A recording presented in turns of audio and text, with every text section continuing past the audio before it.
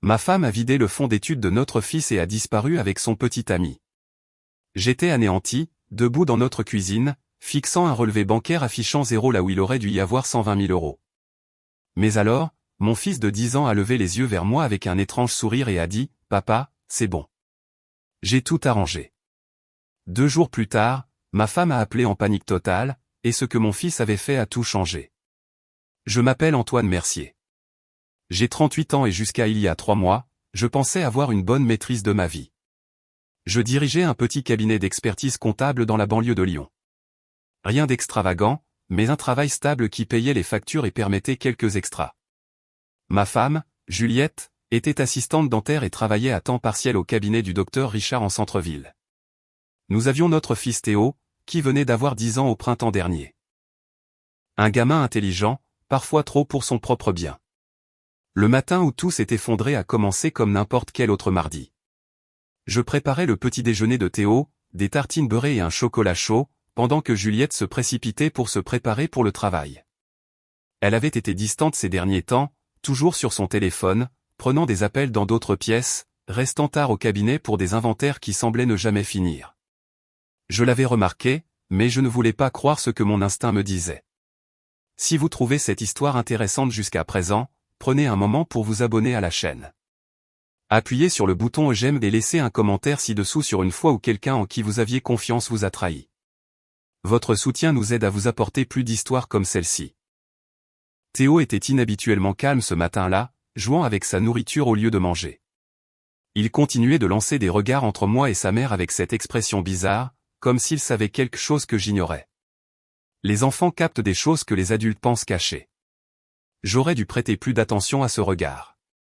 Juliette a attrapé son sac à main et ses clés, me regardant à peine. Je serai en retard ce soir. Le docteur Richard a besoin d'aide avec des problèmes de facturation. Encore, ai-je demandé, essayant de garder une voix neutre. C'est mon travail, Antoine, répondit-elle d'un ton sec et défensif. Quelqu'un doit bien aider à payer les futures études de Théo. La mention du fonds d'études m'a serré la poitrine. Nous économisions depuis la naissance de Théo, mettant de l'argent de côté chaque mois, les cadeaux d'anniversaire des grands-parents, les remboursements d'impôts, tout ce que nous pouvions épargner. La dernière fois que j'avais vérifié, il y a environ 6 semaines, nous avions 120 000 euros de côté. Théo n'avait que 10 ans, mais nous avions été agressifs sur l'épargne, sachant combien les grandes écoles coûteraient d'ici 2033. Après le départ de Juliette, Théo a finalement pris la parole. « Papa, je peux te montrer quelque chose sur ton ordinateur ?» « Bien sûr, mon grand. »« Qu'est-ce qu'il y a ?» Il m'a conduit à mon bureau à la maison, a grimpé sur ma chaise et a ouvert mon ordinateur portable. Ses doigts bougeaient sur le clavier avec une confiance surprenante. Théo avait toujours été doué avec la technologie, apprenant le codage de base grâce à des vidéos YouTube, passant des heures sur sa tablette à travailler sur des projets que je ne comprenais pas entièrement. « Je dois te montrer quelque chose, dit-il, sa voix sérieuse d'une manière qui le faisait paraître bien plus vieux que ses 10 ans. Mais tu dois promettre de ne pas te fâcher contre moi. Théo, qu'est-ce que tu as fait ? Il a ouvert un dossier sur mon bureau que je n'avais jamais vu auparavant, intitulé « Secret de maman ». À l'intérieur se trouvaient des captures d'écran, beaucoup d'entre elles. Des messages textes entre Juliette et un certain Bastien Sauvage. Les messages m'ont retourné l'estomac. Ils se voyaient depuis 8 mois, planifiant un avenir ensemble, parlant des endroits où ils voulaient voyager une fois qu'ils auraient assez d'argent. « Comment as-tu eu ça ?» ai-je demandé, ma voix à peine au-dessus d'un murmure. « Maman laisse son téléphone sur le comptoir de la cuisine quand elle prend sa douche » a dit Théo d'un ton factuel. J'ai téléchargé une application de sauvegarde qu'elle ne connaît pas. Tout ce qu'elle écrit est copié dans un dossier cloud auquel je peux accéder. Je fixais mon fils de 10 ans, ce gamin qui regardait encore des dessins animés et jouait au Lego, qui avait apparemment mené une surveillance sur sa propre mère depuis des mois. Théo, c'est. Continue de regarder, papa. Il a fait défiler d'autres captures d'écran. Celle-ci provenait de l'application bancaire de Juliette. Des transactions que je n'avais jamais autorisées. Des virements de notre compte épargne joint vers un compte à son nom uniquement. Les dates remontaient à 6 mois. De petites sommes au début, 500 € ici, 1000 € là, puis des morceaux plus importants, 10 000 €, 15 000 €, 25 000 €. Elle vole dans le fond pour mes études, a dit Théo doucement. Je l'ai remarqué il y a 3 mois quand j'ai utilisé ton ordinateur portable et que ton application bancaire était encore connectée. Je suis chaque virement depuis. Mes mains tremblaient alors que je faisais défiler les preuves que mon enfant avait rassemblées. Juliette avait systématiquement vidé le fonds d'études de notre fils, déplaçant 120 000 euros sur 6 mois vers son compte privé. Le dernier virement avait eu lieu il y a 2 jours. Le solde affichait maintenant 43 euros. Pourquoi tu ne m'as rien dit, ai-je demandé. Les yeux de Théo se sont remplis de larmes. Je ne voulais pas que ce soit vrai. Je continuais d'espérer que maman arrêterait, que peut-être elle l'économisait ailleurs pour une surprise ou quelque chose. Mais ensuite j'ai lu ses messages avec Bastien sur l'achat de billets d'avion pour le Portugal, et j'ai su qu'elle nous quittait. J'ai serré mon fils dans mes bras, ce petit garçon courageux qui portait ce terrible secret, essayant de nous protéger tous les deux de la vérité. Nous sommes restés assis là un long moment, et je ne savais pas quoi dire. Comment expliquer à un enfant que sa mère a choisi l'argent et un autre homme plutôt que sa propre famille? La porte d'entrée s'est ouverte de manière inattendue. Juliette est revenue et je pouvais entendre ses pas se diriger vers la cuisine. Théo et moi avons échangé un regard et j'ai rapidement fermé l'ordinateur portable. Antoine a appelé Juliette. J'ai oublié mon badge professionnel. Je dois le prendre vite fait. Je suis sorti pour la rencontrer, essayant de garder une expression neutre. Elle fouillait dans son sac à main. Elle ne m'a même pas regardé.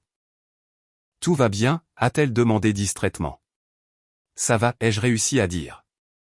Théo et moi travaillons juste sur des devoirs. Elle a trouvé son badge, a jeté un coup d'œil à sa montre. Je dois vraiment filer. À ce soir, peut-être. Après son départ, Théo a tiré sur ma manche. Papa, j'ai fait autre chose. Qu'est-ce que tu veux dire?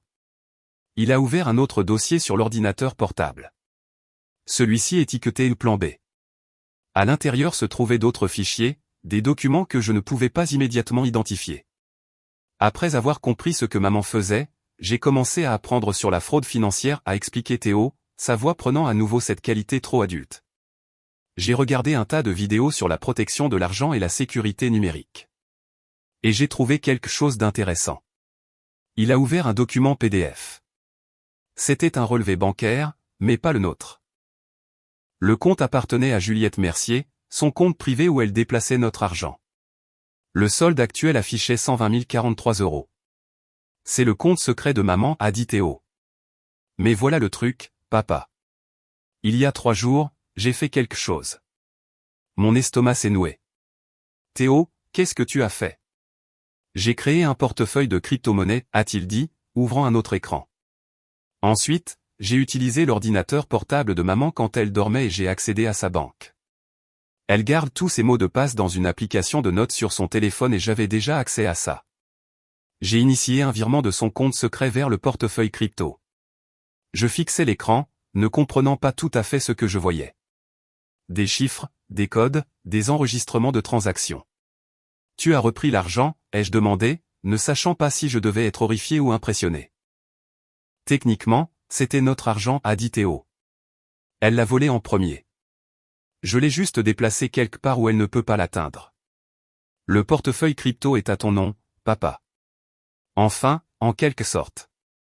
J'ai utilisé tes informations, mais une adresse email différente que j'ai créée. Maman ne pourra pas le tracer ou annuler la transaction. Théo, c'est. Le virement s'est terminé ce matin, a-t-il continué, parlant plus vite maintenant. Elle n'a probablement pas encore vérifié son compte, mais quand elle le fera, elle verra que les 120 000 euros ont disparu. La totalité. Et il n'y a aucun moyen de les récupérer parce que les transactions en crypto-monnaie sont irréversibles. Je me suis assis lourdement dans mon fauteuil de bureau. Mon fils de 10 ans venait de décrire avoir commis ce qui ressemblait à de multiples crimes informatiques, tout cela pour protéger notre famille de la trahison de sa mère. Montre-moi tout, ai-je dit finalement. Chaque capture d'écran, chaque transaction, chaque preuve que tu as collectée. Pendant les 3 heures suivantes, Théo m'a guidé à travers son enquête. Il avait été méthodique, documentant tout avec des horodatages et des détails. Les SMS montraient Juliette et Bastien planifiant leur évasion, parlant de recommencer à zéro au Portugal, où le coût de la vie était moins cher. Ils avaient discuté de vendre sa voiture, de clôturer ses cartes de crédit, de disparaître complètement une fois qu'ils auraient assez d'argent. Les dossiers financiers montraient le vol systématique. Juliette avait été prudente au début, déplaçant de petites sommes, testant probablement si je remarquerais. Quand je n'ai rien vu, elle est devenue plus audacieuse. Le dernier virement de 40 000 € avait eu lieu il y a tout juste 48 heures. Il y a plus, a dit Théo, ouvrant un autre dossier. J'ai aussi trouvé des infos sur Bastien. Bastien Sauvage avait 33 ans, travaillait comme coach sportif à la salle de sport où Juliette était censée suivre des cours de fitness le soir depuis 1 an. Il avait un casier judiciaire, des accusations d'escroquerie datant d'il y a 5 ans qui avaient abouti à une mise à l'épreuve. Il avait été marié 2 fois auparavant. Les 2 mariages s'étaient mal terminés avec des accusations d'abus financiers. Maman a des goûts terribles en matière d'hommes, a dit Théo avec l'honnêteté brutale que seul un enfant peut avoir. Ce soir-là, Juliette est rentrée vers 21 h, plus tard qu'elle ne l'avait dit. Elle avait l'air rouge, excitée par quelque chose. Théo et moi étions assis à la table de la cuisine, faisant tous les deux semblant de travailler sur des devoirs. « Salut vous deux » a-t-elle dit, sa voix artificiellement enjouée. « Désolé d'être si tard. » Le docteur Richard avait besoin d'aide supplémentaire avec les rapports trimestriels. « Pas de problème » ai-je dit, gardant ma voix égale. « Comment s'est passée ta journée ?»« Chargée, épuisante. » Elle s'est versé un verre de vin, en a bu la moitié d'une traite. « Je vais monter prendre un bain. » Longue journée. Après qu'elle soit montée à l'étage, Théo a chuchoté, on devrait lui dire. « Pas encore » ai-je dit. Voyons ce qui se passe quand elle vérifie son compte. Nous n'avons pas eu à attendre longtemps. Vers 23 h, j'étais au lit en faisant semblant de lire quand j'ai entendu la voix de Juliette depuis la salle de bain. Quoi? C'est quoi ce bordel? Elle a fait irruption dans la chambre, son téléphone serré dans sa main, le visage pâle. Antoine, il y a un problème avec mon compte bancaire. Quel genre de problème, ai-je demandé, posant mon livre. L'argent. Elle s'est arrêtée, réalisant ce qu'elle était sur le point d'admettre. Il y a eu une sorte d'erreur. Une erreur majeure. Quel argent, Juliette? Elle m'a fixé, piégée par ses propres mots. Mon compte personnel, celui que j'utilise pour mes propres dépenses. Quelqu'un a volé dessus. Combien? Sa mâchoire s'est serrée. Ce ne sont pas vraiment tes affaires, n'est-ce pas? C'est mon compte privé. Ah bon, ai-je dit prudemment. Ton compte privé? Celui que tu as approvisionné en volant dans le fond d'études de notre fils? La couleur a complètement quitté son visage. Je ne sais pas de quoi tu parles. Si, tu le sais.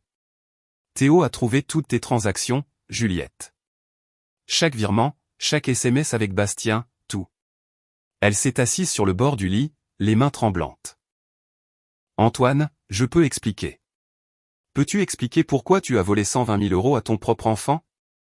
Peux-tu expliquer pourquoi tu prévois d'abandonner ta famille pour un raté avec un casier judiciaire? Des larmes ont commencé à couler sur son visage, mais elles ressemblaient plus à de la panique qu'à des remords. Qui a mon argent? Où est-il allé? La banque dit que le virement est irréversible. Je ne sais pas, ai-je menti. Peut-être que l'univers a un sens de la justice. Ce n'est pas drôle, Antoine. Cet argent était. Elle s'est arrêtée à nouveau. Était quoi? Était volé à nous en premier lieu. Juliette s'est levée, faisant les 100 pas dans la chambre. J'ai besoin de cet argent. Bastien et moi avons des projets. Nous partons la semaine prochaine. Tout est déjà organisé. La façon décontractée dont elle le disait, comme si elle discutait de vacances plutôt que de l'abandon de sa famille, a fait craquer quelque chose en moi. Tu ne vas nulle part avec cet argent, ai-je dit. Parce qu'il a disparu, et je demande le divorce dès demain matin à la première heure. Théo mérite mieux qu'une mère qui le volerait. Tu ne peux pas m'empêcher de voir mon fils, a-t-elle dit, la voix montant. Je ne t'empêche de voir personne. Tu as fait ton choix quand tu as choisi Bastien et son fantasme portugais plutôt que ton propre enfant. Juliette a attrapé son téléphone, a commencé à passer des appels. D'abord à sa banque, exigeant qu'ils annulent la transaction, puis à Bastien, sa voix hystérique alors qu'elle expliquait que l'argent avait disparu. Je pouvais entendre sa colère à travers le téléphone, ses accusations qu'elle avait tout gâché. Le lendemain matin, Juliette était partie. Elle avait fait un sac pendant la nuit et était partie sans dire au revoir à Théo. Son mot sur le comptoir de la cuisine était bref. J'ai besoin de temps pour réfléchir. N'essayez pas de me contacter. Théo a trouvé le mot quand il est descendu pour le petit déjeuner. Il l'a lu, l'a froissé et l'a jeté à la poubelle. Bon débarras, a-t-il dit, la voix stable. Théo, elle. Elle l'a choisi lui plutôt que nous, papa. On est mieux sans elle. Je ne pouvais pas discuter avec cette logique, même venant d'un enfant de 10 ans. 2 jours plus tard, mon téléphone a sonné. Le nom de Juliette s'est allumé sur l'écran. J'ai envisagé de ne pas répondre, mais la curiosité l'a emporté. Antoine, s'il te plaît, j'ai besoin de ton aide, a-t-elle dit sans préambule. Sa voix était désespérée, rauque d'avoir pleuré. Qu'est-ce qui ne va pas? Bastien m'a quitté. Après que l'argent a disparu, il a dit que je lui étais inutile. Il n'était avec moi que pour l'argent. Et maintenant la banque enquête sur les virements depuis le compte d'épargne. Ils disent que ça ressemble à un détournement de fonds parce que c'était un compte bloqué pour Théo. Je pourrais faire face à des poursuites. Je n'ai ressenti qu'une froide satisfaction. Tu devrais faire face à des poursuites, Juliette. Tu as volé ton propre enfant. S'il te plaît, Antoine. J'ai fait une terrible erreur. De multiples erreurs. Mais je suis toujours la mère de Théo. J'ai besoin d'aide. La banque veut des documents sur où est allé l'argent. Si je ne peux pas l'expliquer, ils impliquent la police. Ça ressemble à ton problème, pas au mien. Et Théo? Tu ne te soucies pas de ce que ça lui fera si sa mère va en prison. Ce que ça lui fera? Théo est celui qui a découvert ton vol. C'est lui qui nous a protégés de ta trahison. Il a fait preuve de plus de maturité la semaine dernière que toi dans toute ta vie. Silence à l'autre bout, puis doucement, Théo savait. Théo savait tout. Il a tout documenté. Il t'observait depuis des mois, espérant que tu arrêterais, espérant que tu changerais d'avis. Et quand tu ne l'as pas fait, il est passé à l'action. Quel genre d'action? Le genre qui s'est assuré que tu ne pourrais pas détruire nos vies complètement. Un autre long silence. Est-ce que Théo a pris l'argent? Théo a 10 ans, Juliette. Mais il est assez intelligent pour savoir que parfois il faut se protéger des gens qui sont censés vous protéger. Je dois lui parler. Je dois expliquer. Il n'y a rien à expliquer. Tu as choisi un autre homme et l'argent plutôt que ta famille. Théo comprend ça parfaitement. Il n'a pas besoin de tes explications ou de tes excuses. Antoine, s'il te plaît. Je sais que je ne le mérite pas, mais je t'en supplie. Aide-moi à comprendre ce qui est arrivé à cet argent. Si je vais en prison, Théo perd sa mère.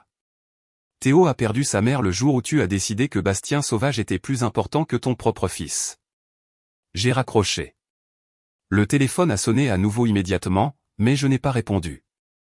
Il a sonné 17 autres fois ce jour-là. J'ai bloqué le numéro. Ce soir-là, Théo et moi nous sommes assis avec l'ordinateur portable à nouveau. Nous devons parler de l'argent, ai-je dit. Tu es fâché, a-t-il demandé, sa confiance de tout à l'heure s'estompant. Je devrais l'être. Ce que tu as fait était techniquement illégal, même si l'argent était le nôtre au départ. Mais je ne suis pas fâché, Théo. Je suis impressionné et un peu effrayé par ton intelligence. Il a souri, soulagé. Alors, qu'est-ce qu'on fait avec? On va faire ce qui est juste, ai-je dit. On va reconvertir cette crypto-monnaie en argent normal, le mettre sur un compte bloqué approprié auquel seul moi peux accéder, et l'économiser pour tes études, exactement comme c'était prévu. Et maman? Et si elle revient? Ta mère a fait son choix. Maintenant, elle doit vivre avec les conséquences. Au cours des semaines suivantes, les choses ont bougé vite. J'ai demandé le divorce, citant l'abandon du domicile conjugal et la fraude financière.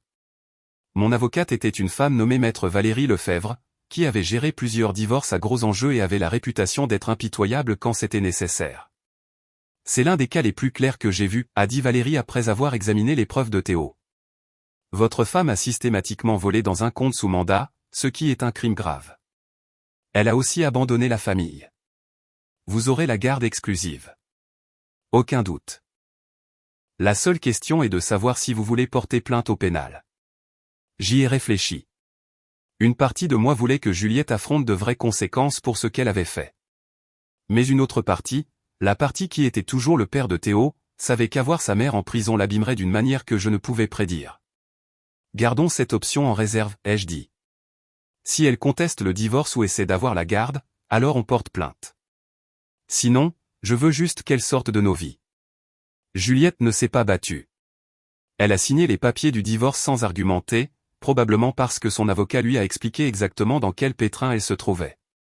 Le règlement m'a donné la garde exclusive, la maison et tous les biens matrimoniaux. Juliette n'a rien eu à part l'accord que nous ne porterions pas plainte si elle disparaissait tranquillement. Elle a accepté le marché. Aux dernières nouvelles, elle vivait vers Perpignan, travaillant comme réceptionniste dans un cabinet de chiropraxie, partageant un appartement avec 2 colocataires. Bastien Sauvage était parti depuis longtemps, probablement passé à sa prochaine victime. Parfois, le karma fonctionne exactement comme il le devrait.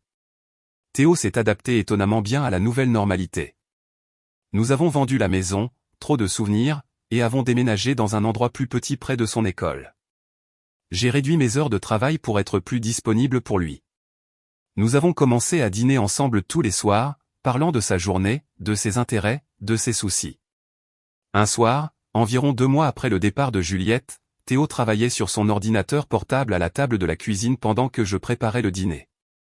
Il a levé les yeux soudainement et a dit « Papa, je dois te dire quelque chose. » Mon estomac s'est serré. « Qu'est-ce qu'il y a ? » « Je n'ai pas juste déplacé l'argent pour le protéger, a-t-il dit lentement. Je l'ai aussi déplacé parce que j'étais en colère contre maman. Vraiment en colère. Je voulais qu'elle ait mal comme elle nous a fait mal. J'ai éteint la cuisinière et me suis assis en face de lui. Théo, c'est une façon complètement normale de se sentir. Mais ce n'était pas bien, a-t-il continué. Ce que maman a fait était mal, mais ce que j'ai fait était un peu mal aussi. J'ai pris quelque chose qui n'était pas à moi, même si elle l'avait volé en premier. On ne répond pas au mal par le mal. C'est ce que tu dis toujours. Tu as raison, ai-je admis. Mais tu protégeais aussi ta famille. Parfois, nous devons faire des choix difficiles, et ils ne seront pas tous parfaits. Ce qui compte, c'est ce que nous en apprenons. J'ai appris que je ne veux jamais être comme maman, a dit Théo fermement. Je ne veux jamais mentir aux gens que j'aime ou les voler ou choisir l'argent plutôt que la famille. Alors tu as appris la leçon la plus importante, ai-je dit. Et Théo, je suis fier de toi. Pas pour ce que tu as fait avec l'argent, mais pour comment tu as géré la découverte de la vérité. Beaucoup d'enfants se seraient effondrés. Tu es resté fort. Ses yeux sont devenus humides. J'avais peur, papa. Vraiment peur. Je pensais que si maman partait, tu pourrais partir aussi. Que peut-être je finirais en foyer d'accueil ou quelque chose comme ça. Je l'ai serré dans mes bras. Je ne te quitterai jamais, mon grand. Jamais. On est une équipe, toi et moi. On veille l'un sur l'autre. Pour toujours, a-t-il demandé, sa voix étouffée contre mon épaule. Pour toujours, ai-je promis. 3 mois plus tard, j'ai reçu un appel inattendu de Maître Lefebvre. Antoine, vous devez entendre ça. Juliette a déposé une requête pour modifier l'arrangement de garde. Elle veut des droits de visite. Quoi? Elle a renoncé à ses droits. Elle a signé un accord temporaire. Légalement, elle peut demander une modification après 6 mois. Son avocat soutient qu'elle a terminé une thérapie de gestion de la colère et un conseil financier. Ils disent qu'elle est une personne changée qui mérite une relation avec son fils. Absolument pas. Je l'ai dit, elle l'a abandonné, Valérie. Elle l'a volé. Je sais, et nous avons toute la documentation pour le prouver. Mais un juge pourrait quand même accorder des visites supervisées. Les tribunaux favorisent généralement le maintien des relations parentales quand c'est possible. Je me sentais malade. Après tout ce que Juliette avait fait, après tous les progrès que Théo avait fait, maintenant elle voulait revenir dans sa vie comme si de rien n'était. Que veut Théo, a demandé Valérie. C'était la question, n'est-ce pas?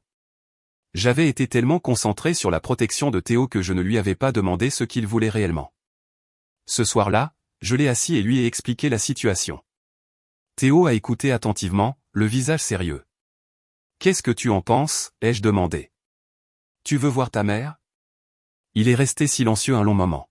« Je peux te demander quelque chose d'abord ?» « N'importe quoi. » « Si je dis oui, est-ce que tu seras fâché contre moi ? Et si je dis non, Est-ce que ça fera de moi une mauvaise personne? Théo, aucune réponse ne te rendrait mauvais ni ne me fâcherait. C'est ton choix. Tes sentiments comptent plus que tout le reste. Il s'est mordu la lèvre, réfléchissant. Je ne sais pas si je veux la voir. Une partie de moi regrette maman, la façon dont elle était avant Bastien. Mais une autre partie de moi se souvient de la façon dont elle m'a regardé le matin où elle est partie, comme si j'étais juste quelque chose sur son chemin. Je ne sais pas si je peux oublier ça. Tu n'as pas à décider tout de suite, ai-je dit. On peut dire au juge que tu as besoin de plus de temps pour y penser. Non, a dit Théo soudainement. Je veux décider maintenant. Je veux la voir une fois juste pour entendre ce qu'elle a à dire. Mais papa, j'ai besoin que tu sois là. Je ne veux pas être seul avec elle. Bien sûr, tout ce dont tu as besoin. La visite médiatisée a été organisée pour 2 semaines plus tard dans un lieu neutre, un centre de conseil familial avec une thérapeute présente. Juliette est arrivée tôt, l'air nerveux. Elle avait perdu du poids, semblait fatiguée, plus vieille d'une certaine manière. Théo et moi sommes entrés ensemble, sa main serrant fort la mienne. Quand Juliette l'a vue, les larmes ont immédiatement rempli ses yeux. Théo, chéri, tu as l'air si grand, a-t-elle dit, faisant un pas vers lui. Il n'a pas bougé. Salut, maman. La thérapeute, une femme nommée Dr Sarah Durand, nous a tous dirigés pour nous asseoir. La pièce était conçue pour être confortable, chaises moelleuses, éclairage chaud, mais la tension était suffocante. Théo, a dit le docteur Durand doucement. Ta mère a demandé cette réunion parce qu'elle veut te parler, mais c'est ton moment. Tu peux dire autant ou aussi peu que tu veux. Tu peux poser des questions ou juste écouter. Ce qui te semble juste. Théo a regardé sa mère. Pourquoi tu es parti? Le calme de Juliette s'est fissuré immédiatement. J'ai fait des choix terribles, mon cœur. J'étais confuse sur ce qui comptait. Je pensais que je voulais quelque chose de différent, quelque chose d'excitant. Mais j'avais tort. Tellement tort. Tu as pris l'argent de mes études, a dit Théo d'un ton plat. Tu allais quitter le pays et ne jamais me revoir. Je sais.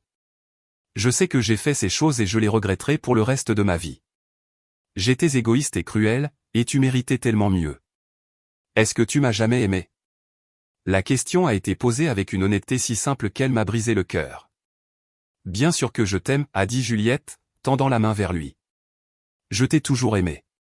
J'ai juste perdu mon chemin pendant un moment, mais je me fais aider maintenant. Je vois un thérapeute, je prends des médicaments pour une dépression que je ne savais pas avoir. J'essaie de devenir la mère que tu méritais depuis le début. Théo s'est reculé de sa main tendue. Mais tu n'es pas encore cette mère, n'est-ce pas? Tu es juste quelqu'un qui ressemble à ma maman mais qui a fait de très mauvais choix. Théo, ai-je commencé, mais il a levé la main. Non, papa. Je dois dire ça. Il s'est tourné vers Juliette. Tu m'as fait vraiment mal, maman. Et tu as fait encore plus mal à papa. Tu nous as volé et menti et choisi un autre type plutôt que ta propre famille. Ce n'est pas quelque chose qu'un pardon peut réparer. Je sais, a chuchoté Juliette. Mais peux-tu me donner une chance d'essayer? S'il te plaît, laisse-moi te montrer que je peux être meilleur. Théo m'a regardé, puis le docteur Durand, puis est revenu à sa mère. Peut-être un jour, mais pas maintenant. Je ne suis pas prêt. J'ai besoin de plus de temps pour arrêter d'être en colère contre toi. Juliette a hoché la tête, les larmes coulant sur son visage. D'accord, c'est juste. Est-ce que tu y penseras? À peut-être me revoir dans quelques mois. Peut-être, a dit Théo. Mais maman, si tu m'aimes vraiment comme tu le dis, alors respecte que j'ai besoin d'espace. Ne me pousse pas, laisse-moi venir vers toi quand je serai prêt. Je le ferai, a-t-elle promis. J'attendrai aussi longtemps qu'il le faudra. Après la séance, Théo et moi avons marché jusqu'à la voiture en silence. Une fois à l'intérieur, il a laissé échapper un long soupir. Comment te sens-tu, ai-je demandé. Bizarre, a-t-il dit. Comme si je venais de parler à une étrangère qui ressemblait à maman. C'est normal? C'est normal. Elle a changé. Théo, les gens font ça parfois. Pour le meilleur ou pour le pire, tu as le droit de ressentir ce que tu ressens à ce sujet. Je ne pense pas vouloir la revoir avant un moment, a-t-il dit. C'est d'accord? C'est plus que d'accord. C'est ta décision, et je soutiendrai quoi que tu choisisses. Il m'a souri, ce sourire qui me rappelait qu'il était encore juste un enfant, malgré tout ce qu'il avait traversé. Merci, papa, pour tout. De m'avoir cru. De m'avoir protégé, de ne pas être parti comme elle l'a fait. Toujours, mon grand. Toujours. 6 mois ont passé. Théo s'épanouissait à l'école, se faisait de nouveaux amis, rejoignait le club de codage. Le fonds d'études était revenu à 120 000 €, correctement sécurisé sur un compte que Juliette ne pouvait pas toucher. Nous l'avions même abondé de petites sommes provenant de mon entreprise qui allait mieux et des petits boulots de Théo à tondre des pelouses. Juliette envoyait des cartes d'anniversaire et des cadeaux de Noël, toujours avec des mots demandant si Théo était prêt à parler. Il ne l'était pas. Peut-être qu'un jour il le serait, ou peut-être pas. Dans tous les cas, nous gérerions cela ensemble. Un soir, Théo me montrait un nouveau programme qu'il avait écrit, quelque chose sur le cryptage des messages. En le regardant travailler, j'ai réalisé que ce que la trahison de Juliette nous avait pris en confiance et en innocence, elle nous l'avait rendu en force et en résilience. Mon fils avait appris à 10 ans que parfois les gens qu'on aime le plus peuvent nous blesser le plus. Mais il avait aussi appris qu'il pouvait survivre à cette blessure, qu'il pouvait se protéger lui-même et les gens qui comptaient. C'étaient des leçons que la plupart des gens n'apprennent que bien plus tard dans la vie, voire jamais. Papa, a dit Théo, levant les yeux de son ordinateur. Tu penses que maman changera vraiment un jour? Genre vraiment changer? Je ne sais pas, ai-je répondu honnêtement. Certaines personnes le font, d'autres non. Mais voici ce que je sais pour sûr. Qu'elle change ou non n'est pas ta responsabilité. Tu n'as pas à la réparer ou à lui pardonner ou à la faire se sentir mieux par rapport à ce qu'elle a fait. Tu dois juste continuer à être toi, continuer à grandir, continuer à devenir la personne que tu veux être. Je veux être comme toi, a-t-il dit simplement. Quelqu'un qui ne s'enfuit pas quand les choses deviennent difficiles. Je l'ai serré contre moi, reconnaissant pour cet enfant remarquable qui avait réussi à rester bon malgré toutes les raisons de ne pas l'être. Tu es déjà cette personne, Théo. Tu as toujours été cette personne. Quant à Juliette, j'ai entendu par des connaissances communes qu'elle était retournée vers Lyon, travaillant à nouveau comme assistante dentaire dans un autre cabinet. Elle avait apparemment mis fin aux choses avec Bastien Sauvage après qu'il l'ait arnaqué du peu d'argent qui lui restait. Parfois, le karma n'a pas besoin de notre aide. Il sait faire son travail tout seul. Le fonds d'études est là, grandissant lentement mais sûrement. Dans 8 ans, Théo en aura besoin. Il parle déjà d'étudier l'informatique, veut travailler dans la cybersécurité. Je ne suis pas surpris. Il a toujours été doué pour protéger les gens des menaces qu'il ne voit pas venir. Parfois, tard le soir, quand je passe en revue mes comptes et que je m'assure que tout est sécurisé, je repense à ce matin où Théo m'a montré toutes ses preuves. Ce gamin de 10 ans qui avait pris la responsabilité de sauver sa famille quand les adultes autour de lui avaient échoué. Il avait collecté des preuves avec la patience d'un détective. Il avait déplacé de l'argent avec la précision d'un pirate informatique professionnel.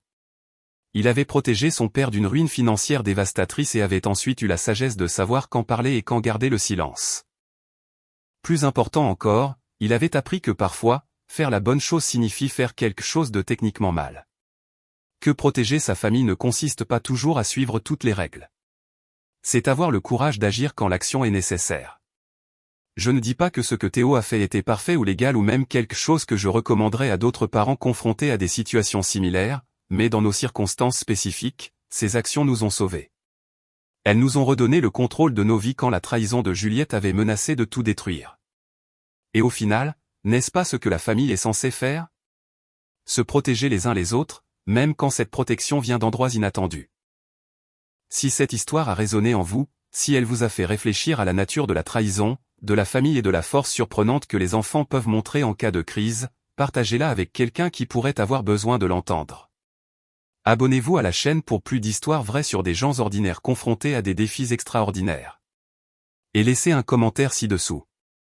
Je lis chacun d'entre eux, et vos idées aident souvent d'autres spectateurs qui traversent des situations similaires. Rappelez-vous, peu importe à quel point les choses semblent sombres, il y a toujours un moyen d'avancer.